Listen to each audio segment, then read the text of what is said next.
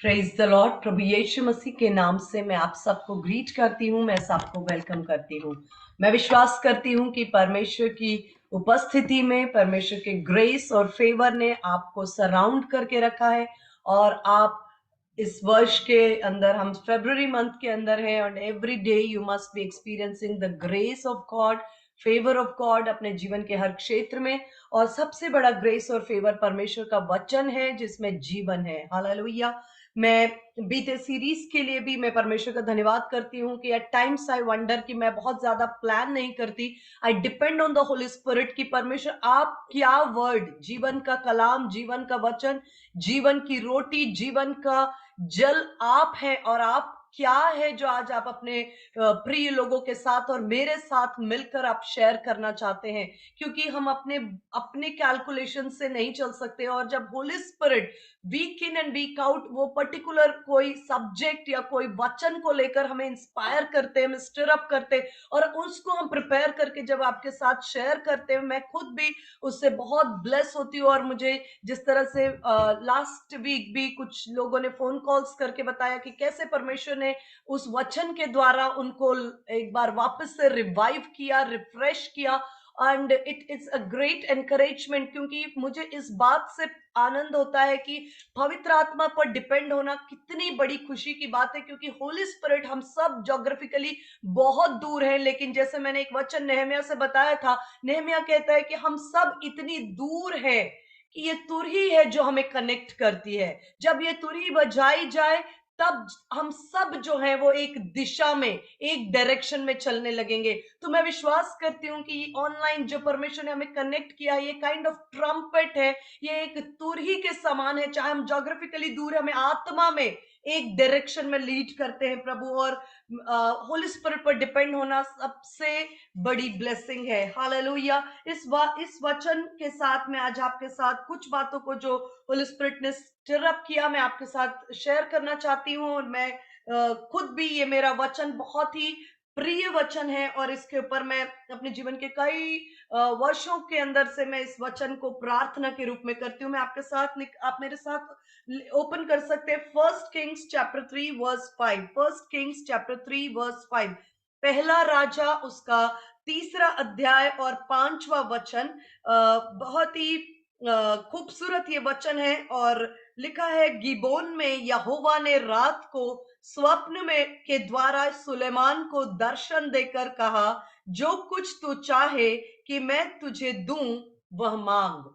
ये एक कहना चाहिए एक ड्रीम एक्सपीरियंस हो सकता है, एक विश्वासी का, परमेश्वर के लोगों का, कि एक ड्रीम एक्सपीरियंस कह सकते हैं, जहां पर हम सोचते हैं कि एक ऐसा एनकाउंटर, एक ऐसा स्वप्न जहां स्वयं परमेश्वर, इवन उसका दूत भी नहीं, वचन में लिखा है कि गिबोन में यहोवा ने रात को स्वप्न में के द्वारा सुलेमान को दर्शन दिया। एक बहुत ही कहना चाहिए कि हमें उत्साहित करने वाला और बहुत ही लुकिंग फॉरवर्ड वाला एक्सपीरियंस है ये, जब परमेश्वर ने स्वयं सुलेमान को दर्शन देकर कहा कि जो कुछ तू चाहे कि मैं तुझे दूं वो मांग।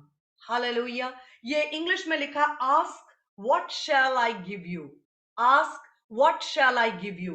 मैं आपको बताऊं कि परमेश्वर ने सुलेमान को स्वप्न में दर्शन दिया, लेकिन परमेश्वर अपने वचन के द्वारा आज आपसे ये प्रश्न पूछता है। होली स्पिरिट आज आपके सामने इस प्रश्न को रखते हैं, तू मेरे बेटे, मेरी बेटी, बता मैं तुझे क्या दूं। Ask what shell I give you.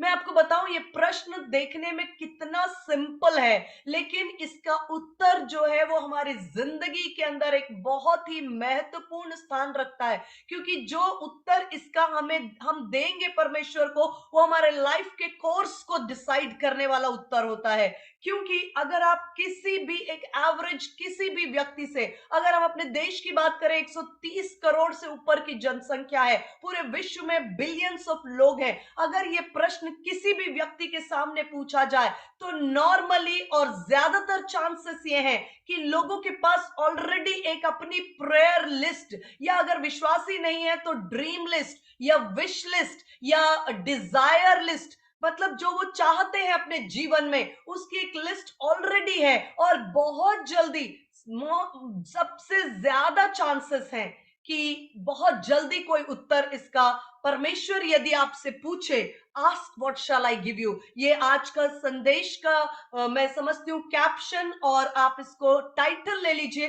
साथ में आप इस बात को सोचिए कि यदि आज परमेश्वर का आत्मा मुझसे बात कर रहा है, मुझसे पूछता है, मेरे बेटे मेरी बेटी तू मांग, मैं तुझे क्या दूं, तो हम क्या मांगेंगे?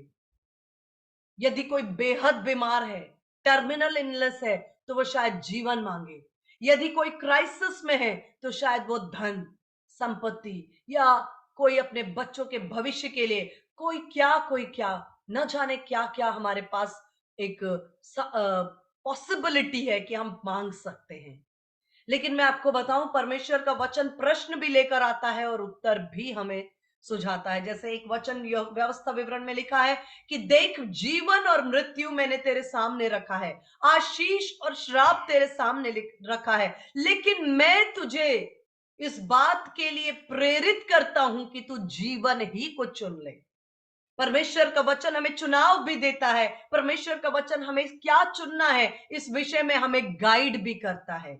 प्रश्न भी है और उत्तर भी है, क्योंकि आप सब जानते हैं, आज मुझसे परमेश्वर का पवित्र आत्मा पूछे तो हम क्या मांगेंगे।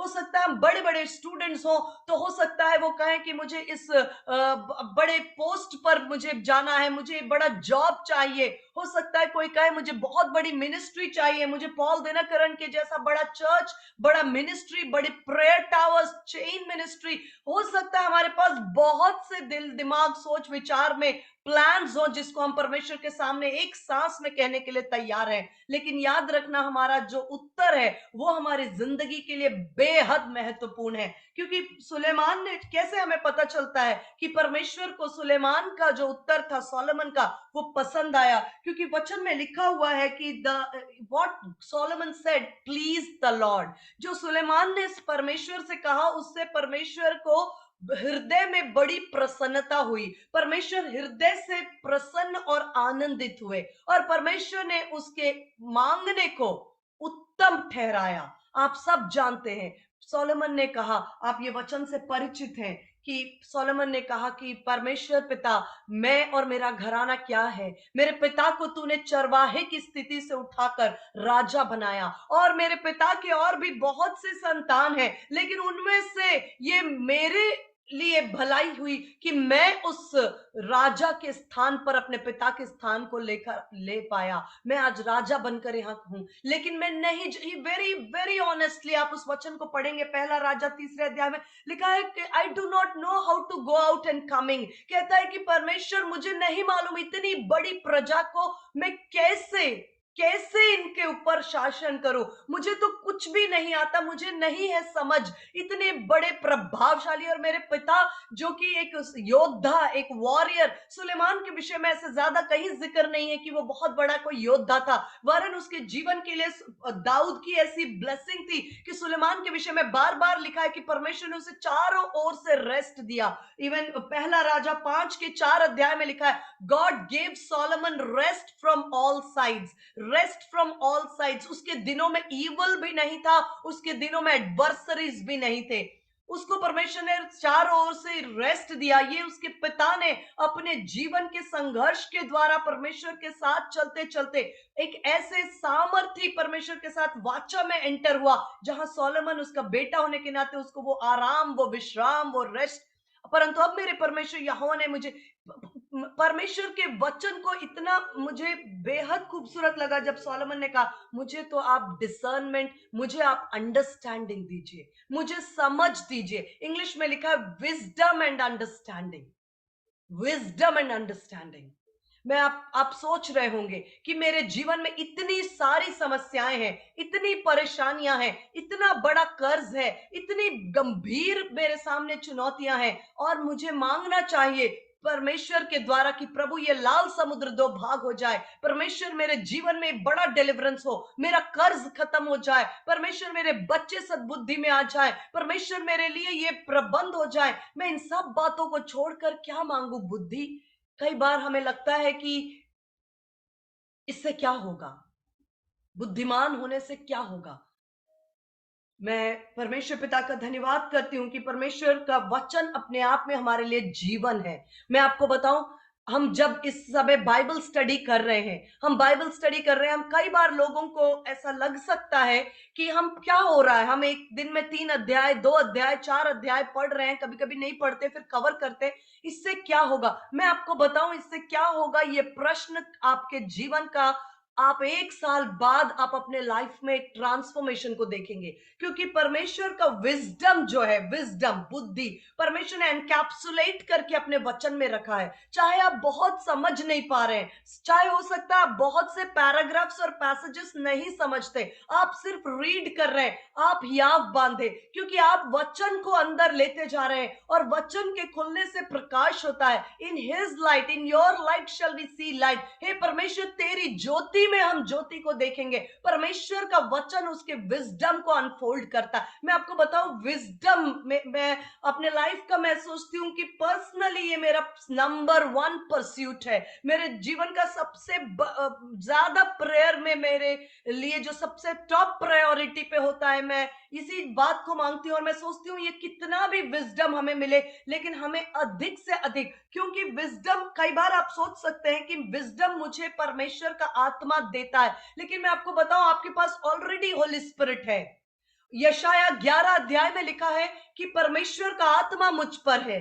परमेश्वर का आत्मा जो बुद्धि का आत्मा, ज्ञान का आत्मा, प्रकाश का आत्मा, युक्ति का आत्मा, पराक्रम का आत्मा और परमेश्वर का भय मानने का आत्मा। इंग्लिश में लिखा, spirit of the Lord is upon me, spirit of wisdom, spirit of might, spirit of council, spirit of knowledge, spirit of fear of God. ये ऑलरेडी होली स्पिरिट के साथ, इवन फर्स्ट कुरिन्थियंस 1:24, पहला कुरिन्थी 1:24 में लिखा है कि Jesus Christ is the power of God and the wisdom of God. Yeshu Masih परमेश्वर की सामर्थ और परमेश्वर की बुद्धि और ज्ञान का एक एनकैप्सुलेशन है। और यदि यीशु मेरे पास है तो मेरे पास वो विजडम है। लेकिन हमारे साथ क्या प्रॉब्लम है कि हम ये नहीं जानते कि हमारे पास वो, हमारे स्पिरिट में परमेश्वर ने विजडम को हमें एक्टिवेट करना है, हमें जानना है और हमें उसके ऊपर विश्वास करना है और परमेश्वर की आत्मा के द्वारा उसको अपने जीवन के अंदर हमें उस विजडम में ऑपरेट होना है। पौलुस ने कहा, पौलुस ने सताव की उस हाइट को देखा था जहां पर लोगों ने उसे इतना मारा कि मरा हुआ समझकर उसे बाहर फेंक दिया। पौलुस ने अपने जीवन में बेटे खाई, उसका बदन लहूलुहान हो गया, उसने परसिक्यूशन की हाइट देखी थी, उसने बहुत क्राइसिस देखा। पौलुस ने इन बातों को रिकॉर्ड किया दूसरे कुरिन्थी में 4 अध्याय में कि हम हर तरफ से दबाए जाते हैं, हम हर तरफ से क्लेश भोगते हैं, हम हर तरफ से कुचले जाते हैं।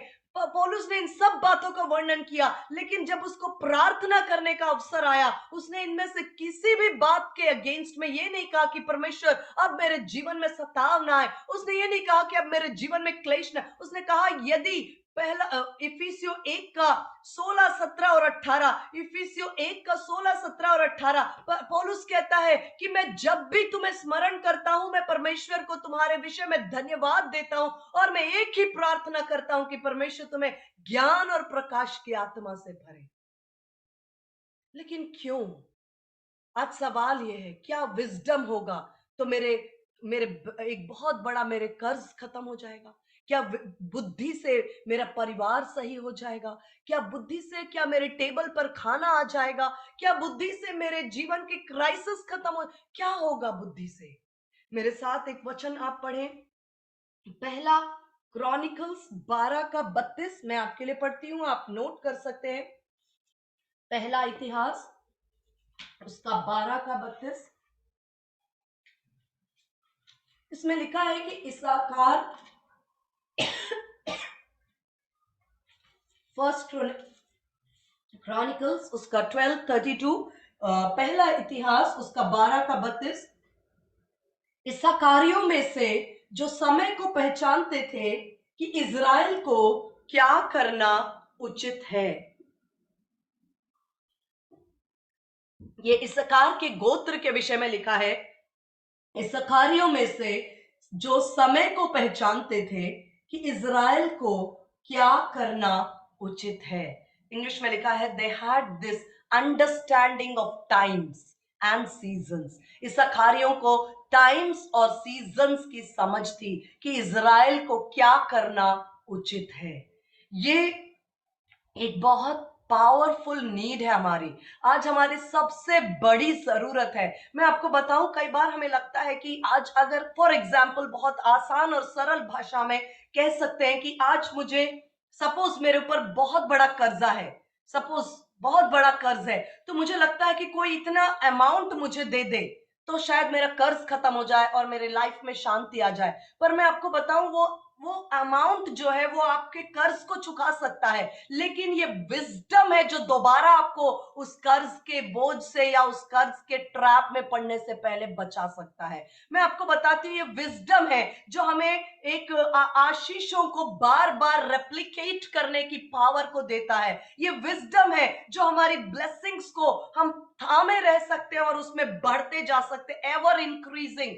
ये विजडम है जो हमें समयों को पहचानने का अनुग्रह देता है। ये विजडम है जो हमें बताता है कि आज तुम्हारे परिवार की ये शिफ्ट चल रही है। ये क्योंकि सोलोमन ने कहा कि मुझे आप परख की आत्मा दीजिए, to discern good and evil.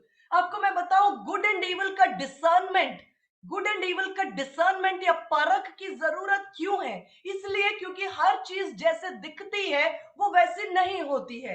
क्योंकि इस बात को बार बार परमेश्वर के वचन में बताया गया। कब यीशु मसीह ने पतरस को डांटा कि शैतान तू मुझसे दूर हो, वो तो पतरस था, वो प्रिय शिष्य था, उसी को यीशु मसीह ने अपने प्रिय शिष्यों में रखा था। पतरस को यीशु मसीह ने अपने ट्रांसफिगरेशन में अपने साथ जो तीन प्रिय शिष्य अक्सर यीशु के साथ होते थे उनमें से एक पतरस था। फिर अचानक एक मोमेंट में क्यों यीशु मसीह ने कहा ए पतरस को कि ए शैतान तो मुझसे दूर हो? लिखा है कि जीसस रिब्यूक्ड पीटर।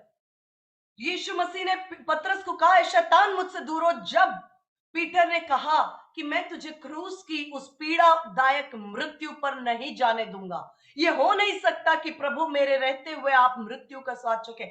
जब उसने एंटी क्राइस्ट मसीह विरोधी प्रोग्राम और एजेंडा को प्रोनाउंस करना शुरू किया, क्योंकि यीशु मसीह जानते थे कि वो इस पृथ्वी पर किस लिए आए हैं। क्रूस की मृत्यु के द्वारा वो एक बीज के समान बोए जाने के लिए आए थे। क्योंकि जब एक बीज बोया जाता है, स्वयं यीशु मसीह ने कहा एक गेहूं का दाना जब जमीन पर गिरता है तो एक बड़ी फसल को लेकर आता है। जब यीशु मसीह एक बीज के समान बोए गए, उन्होंने कई परमेश्वर के पुत्रों को जन्म दिया। हम सब उसी के जन्म, नए जन्म के वारिस बने। हम सबको जीवन दिया, हम सबको उद्धार, पापों की क्षमा, छुटकारा और न जाने कितनी बातें जिसको हम अनुभव में देख सकते हैं, लेकिन हम कई बातों का बयान नहीं कर सकते। यीशु मसीह को अपने प्लान और प्रोग्राम और एजेंडा के विषय में मालूम था, लेकिन जिस समय पतरस ने कहा कि मैं तुझे क्रूस पर नहीं जाने दूंगा, उस समय यीशु मसीह ने उसे डांटा। ये परख है, क्योंकि जब आप ऊपर से देखते हैं,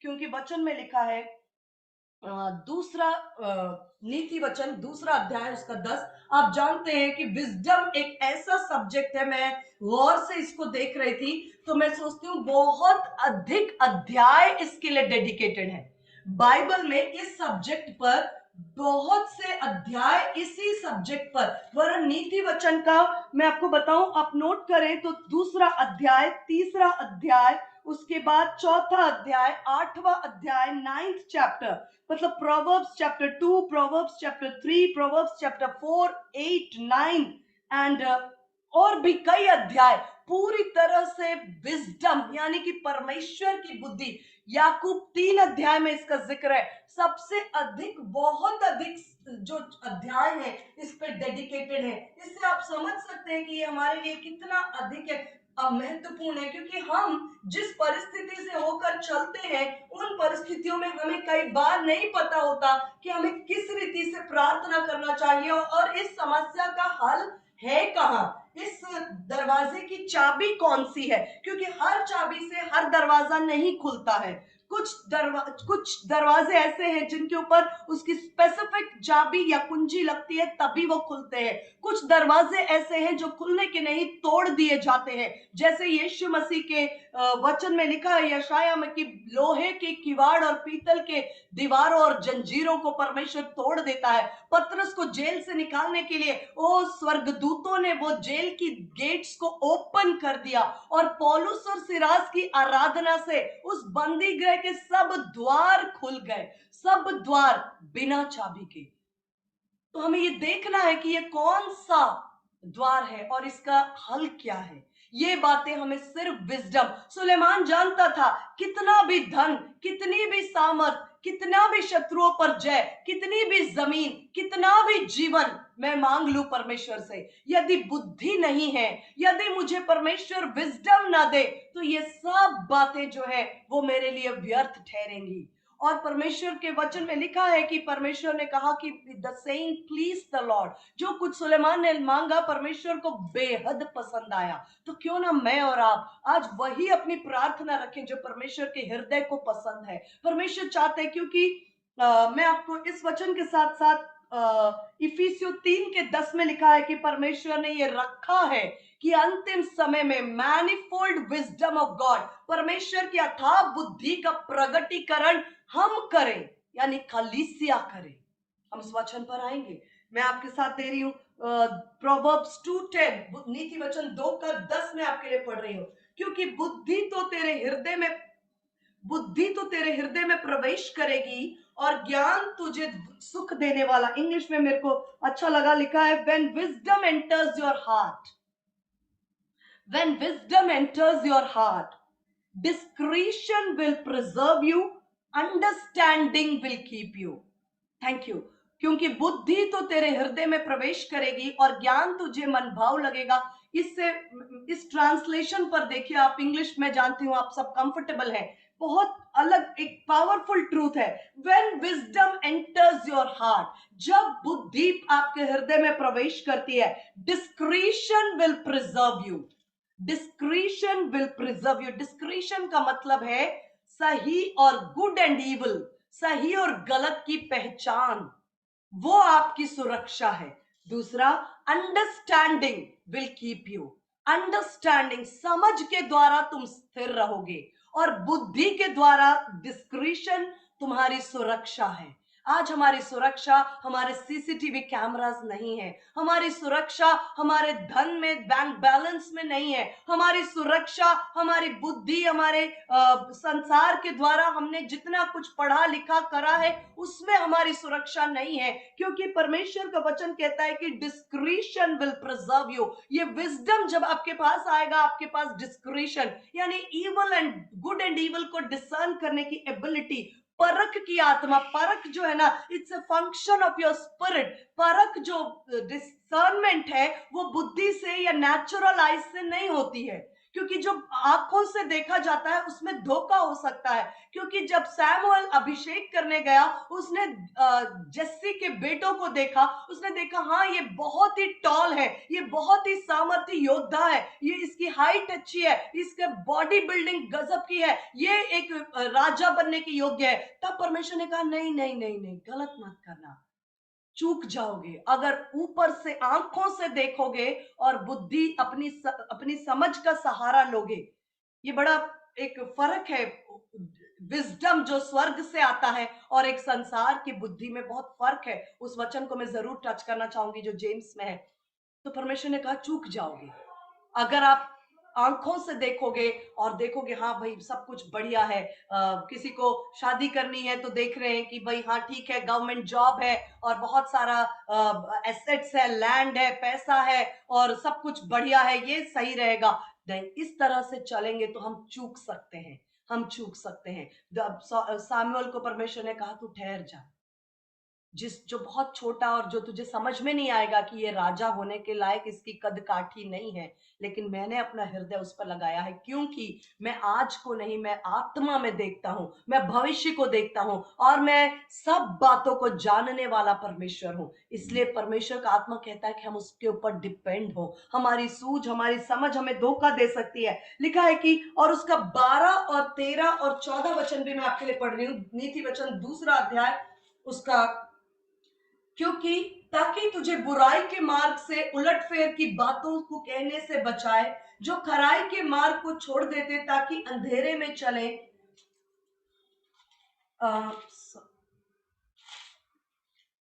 2 12 13 14 एंड देन चैप्टर 3 पर आऊंगी मैं, और चैप्टर 3 का वर्स 13 में आपके लिए पढ़ूंगी। क्या ही धन्य है वह मनुष्य जो बुद्धि पाए। ये नहीं लिखा है कि क्या ही धन्य है वह मनुष्य जो पीएचडी करता है, क्या ही धन्य है वह मनुष्य जो इसके पास बहुत बल, शक्ति, सामर्थ है, जिसके पास एकड़ एकड़ जमीन है, जिसके पास बहुत बड़ी जॉब है। ये नहीं लिखा है, वचन में लिखा है क्या ही धन्य है वह मनुष्य जो बुद्धि पाए, वह मनुष्य जो समझ को प्राप्त करे, क्योंकि बुद्धि की प्राप्ति चांदी की प्राप्ति से बड़ी और उसका लाभ चोखे सोने से भी अधिक उत्तम है। काश ये बात अगर सच में मैं आपको बताऊं, हम में से कई लोगों को समझ में आ जाती ना, तो परिवारों में, बहुत सारे परिवारों में जो धन को लेकर, प्रॉपर्टी को लेकर, और जो हमारे पीढ़ी से पीढ़ी आने वाले सारी बातों को लेकर बहुत से लड़ाई और झगड़ों का अंत हो जाता। क्योंकि वचन में लिखा है कि क्या ही धन्य है वह मनुष्य जो बुद्धि पाए, क्योंकि बुद्धि की प्राप्ति चांदी की प्राप्ति से उत्तम है। अगर एक तरफ चांदी और बुद्धि है, परमेश्वर का वचन आपको 100% क्लियर कह रहा है कि चांदी छोड़कर बुद्धि को प्राप्त करो, तुम नुकसान में नहीं रहोगे। तुम ऐसे कई चांदी के फैक्ट्रीज जनरेट करने के लिए बुद्धि में सामर्थ होती है। लिखा है उसका लाभ सोने से भी उत्तम है। एक तरफ सोना और एक तरफ बुद्धि, क्या चुनना चाहिए? वचन कहता है बुद्धि को चुन लो। लिखा है वह मूंगे से अधिक अनमोल है। एक तरफ बहुमूल्य रत्न रखे हैं और बुद्धि है। परमेश्वर का वचन कहता है कि बुद्धि को मत छोड़ो, क्योंकि ये सोना घट जाएगा, चांदी खत्म हो सकती है, हो सकता है उसके भाव गिर जाए, लेकिन ये बुद्धि है जो हमेशा तुम्हें ऊंचा उठा कर रखेगी।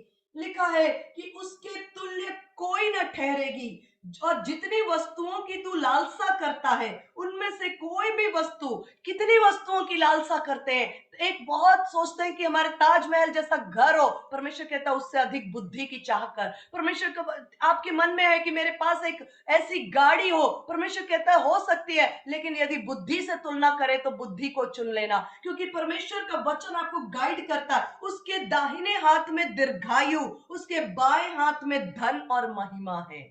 बुद्धि हमें कंगाल नहीं बनाती मेरे प्रियो। ये मत समझना कि बुद्धि को चुनने वाले कंगाल हो जाएंगे। बुद्धि को चुनने से मुझे नुकसान हो जाएगा। यदि मैंने सोना छोड़ा, चांदी छोड़ा और बहुत कुछ छोड़ा तो मैं कंगाल हो जाऊंगी, ऐसा कभी मत समझना। क्योंकि वचन में लिखा है बुद्धि के पास एक पर्सोनिफिकेशन, बुद्धि को एक मनुष्य की तरह पर्सोनिफाई किया गया, और कहा उसके पास हाथ भी है। उसके एक हाथ में, दाहिने हाथ में दीर्घायु और उसके बाएं हाथ में धन और महिमा है। उसका मार्ग आनंद के योग्य है, उसके सब मार्ग कुशल के हैं। जो बुद्धि को ग्रहण करते उनके लिए वो जीवन का वृक्ष बनती है। इंग्लिश में लिखा है कि tree of life to those who take hold of her, जीवन का वृक्ष बन जाती। जीवन से बढ़कर तो नहीं सोना और चांदी और मूंगा। यदि आपको बुद्धि को थामना है तो आपने जीवन को थाम लिया है। इंग्लिश में लिखा है tree of life to those who take hold of her, जो बुद्धि को थाम ले, परमेश्वर का वचन कहता है वो तुम्हारे लिए जीवन का सोता बन जाएगा। वरन 19 वचन में लिखा है बुद्धि का महत्व क्या है। अगर हम सोचते हैं तो परमेश्वर के वचन में 19 वचन में लिखा है कि बुद्धि के द्वारा परमेश्वर ने पृथ्वी की नींव डाली। मैं आपके लिए वो वचन पढ़ती हूँ, 19 वर्ष। यहोवा ने पृथ्वी की नींव बुद्धि ही से डाली और स्वर्ग को समझ के द्वारा स्थिर किया। ये बुद्धि है जिसके द्वारा परमेश्वर ने पृथ्वी की नींव डाली है। यदि परमेश्वर पृथ्वी की नींव बुद्धि से डाल सकते हैं, तो क्या आप एक अच्छे घर की नींव नहीं डाल सकते बुद्धि से? क्या आप एक फैक्ट्री की नींव नहीं डाल सकते? क्या आप एक बिजनेस की नींव नहीं डाल सकते? क्या आप एक अच्छे परिवार की नींव नहीं डाल सकते? क्या आप एक अच्छे बच्चों की नींव नहीं डाल सकते? क्या आप एक अच्छे कहना चाहिए करियर की नींव नहीं डाल सकते बुद्धि से? क्या आप एक अच्छे ब्लेसेड चर्च की नींव नहीं डाल सकते बुद्धि से? क्या आप एक अच्छी मिनिस्ट्री की नींव नहीं डाल सकते? हर एक सफल उत्तम चोखी बातों की नींव यदि बुद्धि है, तो परमेश्वर कहता है कि वचन में लिखा है, बुद्धि से परमेश्वर ने पृथ्वी की नींव और स्वर्ग को समझ के द्वारा स्थिर किया है। कौन सी बातें हैं जो आपको लगता है कि ये स्थिर नहीं है? परमेश्वर का वचन कहता है बुद्धि के द्वारा परमेश्वर ने स्वर्ग को स्थिर किया है। क्या बुद्धि के द्वारा हम अपने बच्चों को स्थिर नहीं कर सकते? क्या बुद्धि के द्वारा हम अपने बिजनेस को स्थिर नहीं कर सकते? क्या हम बुद्धि के द्वारा अपने मिनिस्ट्री, अपने परिवार, अपने जीवन की वैल्यूज को और अपने करियर को, अपने रिलेशनशिप्स को, अपने जीवन से जुड़ी हर एक बात को क्यों नहीं स्थिर कर सकते? उसके एक हाथ में दीर्घायु और दूसरे हाथ में धन और महिमा और ऐश्वर्य है। यदि पृथ्वी की नींव के लिए परमेश्वर ने बुद्धि का इस्तेमाल किया, मैं आपको बताऊं, परमेश्वर प्रेम है, लेकिन उसका प्रेम भी उसके बुद्धि का ही एक डायमेंशन है। परमेश्वर ने मानव जाति के उद्धार करने के लिए सिर्फ प्रेम का नहीं, वरन अपने प्रेम और अपनी बुद्धि को, wisdom of God and love of God, दोनों मिलकर आए यीशु मसीह बनकर।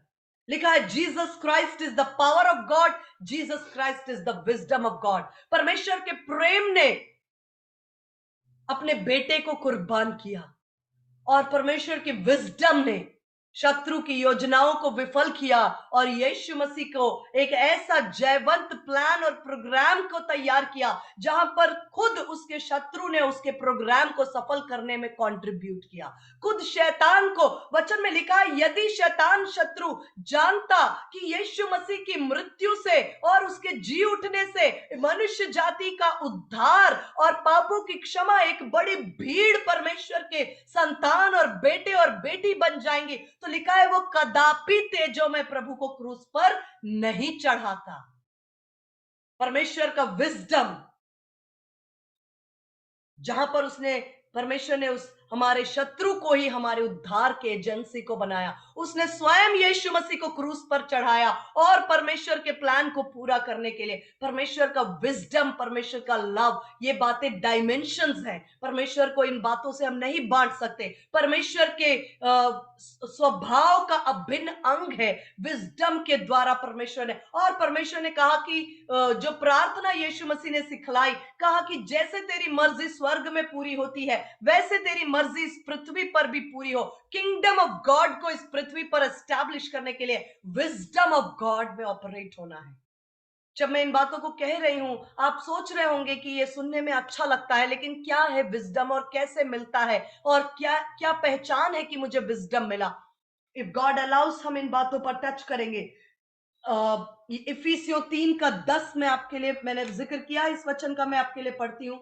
इफिसियंस 3:10, जिसके अंदर लिखा है कि परमेश्वर ने अंत के दिनों में, इफिसियंस 3:10, इफिसियों 3:10, ताकि अब कलीसिया के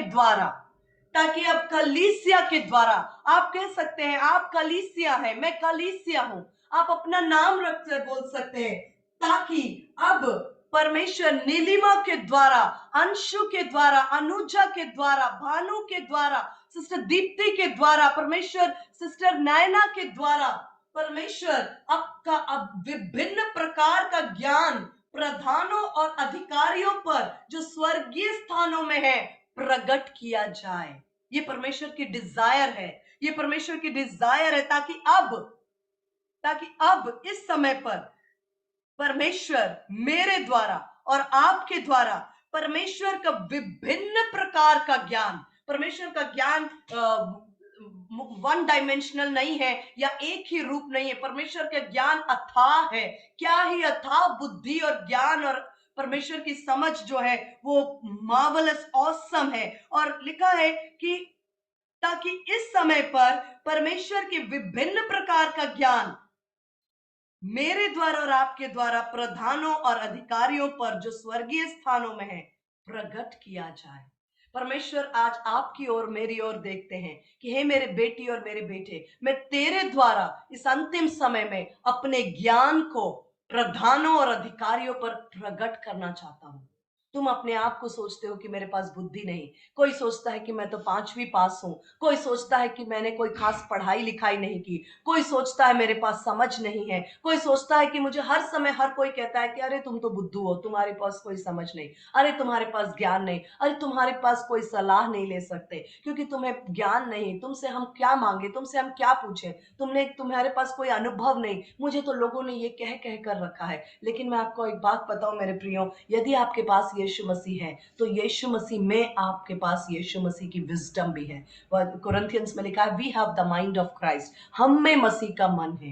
we have the mind of Christ, हम में मसीह का मन है। और पवित्र आत्मा की छाप आप पर है तो पवित्र आत्मा ज्ञान का आत्मा, बुद्धि का आत्मा, युक्ति का आत्मा, पराक्रम का आत्मा और परमेश्वर के भय मानने का आत्मा। एक वचन यशाया में लिखा है wisdom and knowledge shall be the stability of your time's. ये वचन मुझे बेहद प्रिय है। Wisdom and knowledge will be the stability, यानी कि बुद्धि के द्वारा इस टाइम्स में हम स्थिर हो सकते हैं। अगर हमारे जीवन के लिए स्थिरता या कोई खंबा अगर है, स्थिर करने वाला चट्टान है, तो वो विजडम है और विजडम स्वयं यीशु मसीह है। लेकिन हमने सोचा है कि यीशु मसीह मेरा उद्धार करता है, ठीक है, उसको मैंने एक साइड में रख दिया, लेकिन मैं पढ़ी लिखी नहीं हूं, या मेरे पास समझ नहीं है, या लोग कहते हैं मेरे पास बुद्धि नहीं है, लोग कहते हैं तुम्हें शेयर मार्केट का ज्ञान नहीं है, लोग कहते हैं कि मुझे कुछ भी नहीं आता तो मैं बुद्धिमान नहीं हूं। लेकिन मैं आपको बताऊं, आपने जो यीशु मसीह को उद्धारकर्ता करके साइड में रखा है,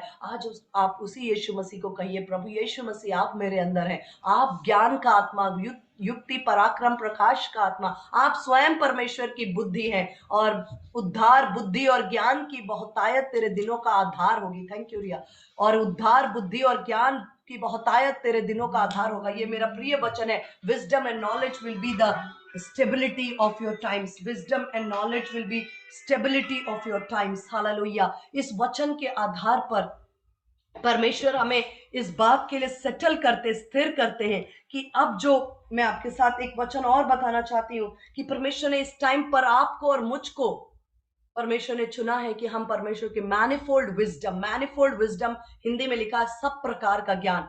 इसलिए ज्ञान को हम कंपेयर नहीं कर सकते, एक समान नहीं है, वो मल्टी डायमेंशनल है। आपके अंदर एक अलग लेवल का ज्ञान फंक्शन करता है। कोई म्यूजिशियन है तो उनके अंदर एक अलग विजडम, जैसे दाऊद जब वीणा बजाता था दुष्टात्मा जाते थे, that is a kind of wisdom. वो एक ज्ञान और बुद्धि से परिपूर्ण था। मैं आपको बताऊं, विजडम जो हमारे अंदर है वो हमें राजाओं के सामने खड़ा करता है। मैं प्रभु ने अनुग्रह दिया तो मैं इस टॉपिक पर नेक्स्ट वीक भी बात करूंगी। एक वचन आपके साथ बोलना चाहती हूँ, पहला राजा उसका 7 का 14, पहला राजा उसका 7 का 14, फर्स्ट किंग 7:14, पहला राजा उसका 7 अध्याय और उसका 14 वचन मैं आपके लिए पढ़ती हूँ। First king 7:14। ये वचन जब मैंने पढ़ा मुझे बहुत टच किया इस वचन ने। पहला राजा 7 का 14, ये बात हो रही थी, सुलेमान ने कहा कि मुझे परमेश्वर ने, थैंक यू रिया, चारों ओर से रेस्ट और विश्राम दिया है, मैं परमेश्वर का मंदिर बनाना चाहता हूं। और वहां से सुलेमान ने, लिखा है 13 से मैं पढ़ रही हूं, सुलेमान ने सोर के हीराम को बुलावा भेजा। ध्यान से सुनना, सुलेमान ने सोर से हीराम को बुलावा भेजा। वह नप्ताली के गोत्र के किसी विधवा का बेटा था। उसका पिता एक सोरवासी ठठेरा था। वह पीतल की सब प्रकार की कारीगरी में पूरी बुद्धि, निपुणता और समझ रखता था।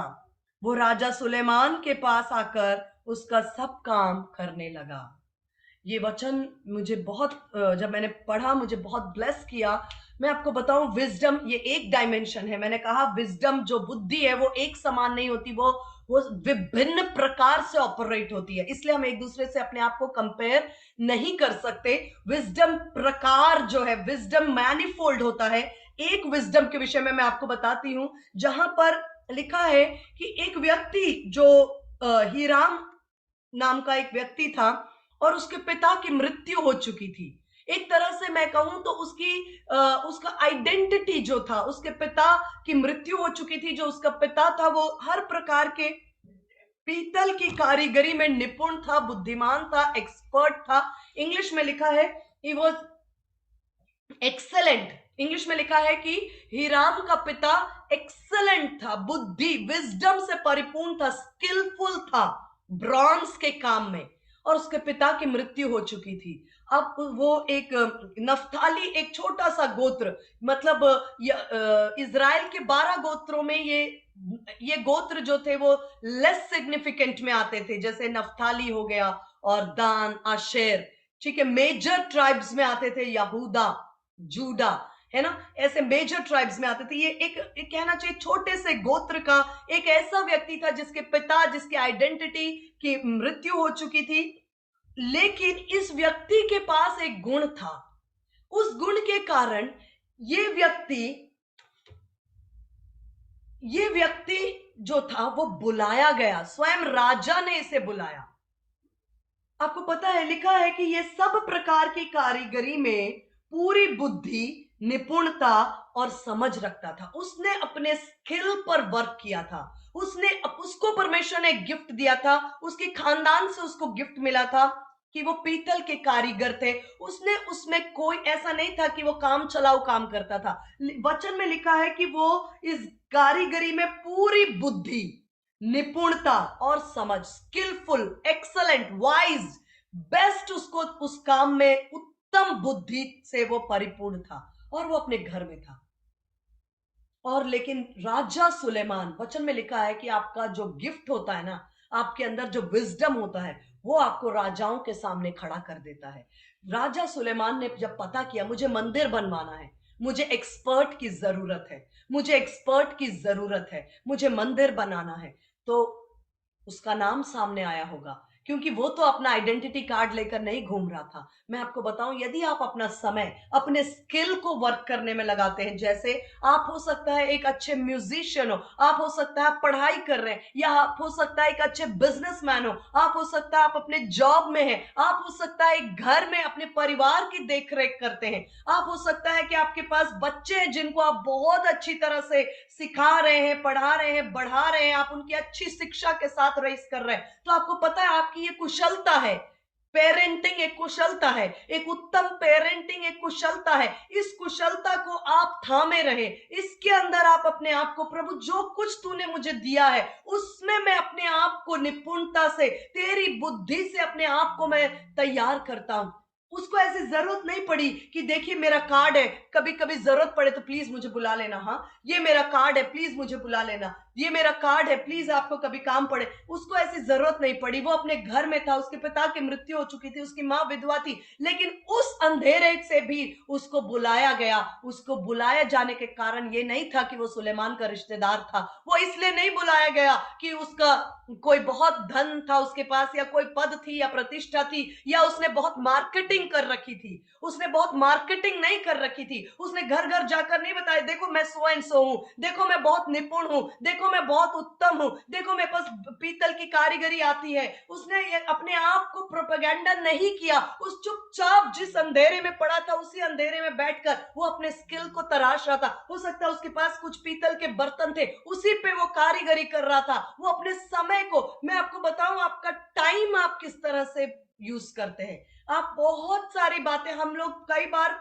मैंने देखा है हम फ्रस्ट्रेट होते हैं कि हम बोलते हैं हम प्रार्थना कर रहे हैं, परमेश्वर हमें उत्तर नहीं मिल रहा है, हम परमेश्वर से धन मांग रहे हैं, लेकिन परमेश्वर से आपको मांगने की जरूरत धन नहीं है। आप विजडम मांगे, उस विजडम को लेकर आप अपने आप तैयार करें। आप अपने ज्यादा फैन फॉलोइंग पे टाइम इन्वेस्ट, अब्सलोम ने यही गलती की। मेरा समय मुझे इंडिकेट नहीं कर रहा है, नहीं तो मैं आपके साथ, अब्सलोम ने क्या किया, उसने सोचा मैं देखने में बेहद खूबसूरत, उसके बालों को जब काटा जाता था तो वो इतना वजन तौलता था, और अब्सलोम ने कहा वो फाटक पर खड़ा हो जाता। उसने सोचा कि मैं अपने पिता को रिप्लेस करूंगा। जो कोई वहां से गुजरता वो उसका हाथ लेता था, उसके हाथ को किस करता था और उनकी प्रॉब्लम सॉल्व करता था। उसने सोचा कि ऐसे करके मैं इजराइल के दिलों को जीत लूंगा और कुछ क्षणों के लिए जीत भी लिया था। लेकिन मैं आपको बताऊं, अब्सलोम कभी भी दाऊद को रिप्लेस नहीं कर पाया एज ए किंग। दाऊद क्या था ये आप भी जानते हैं। दाऊद वो था जो अपनी एक भेड़ के लिए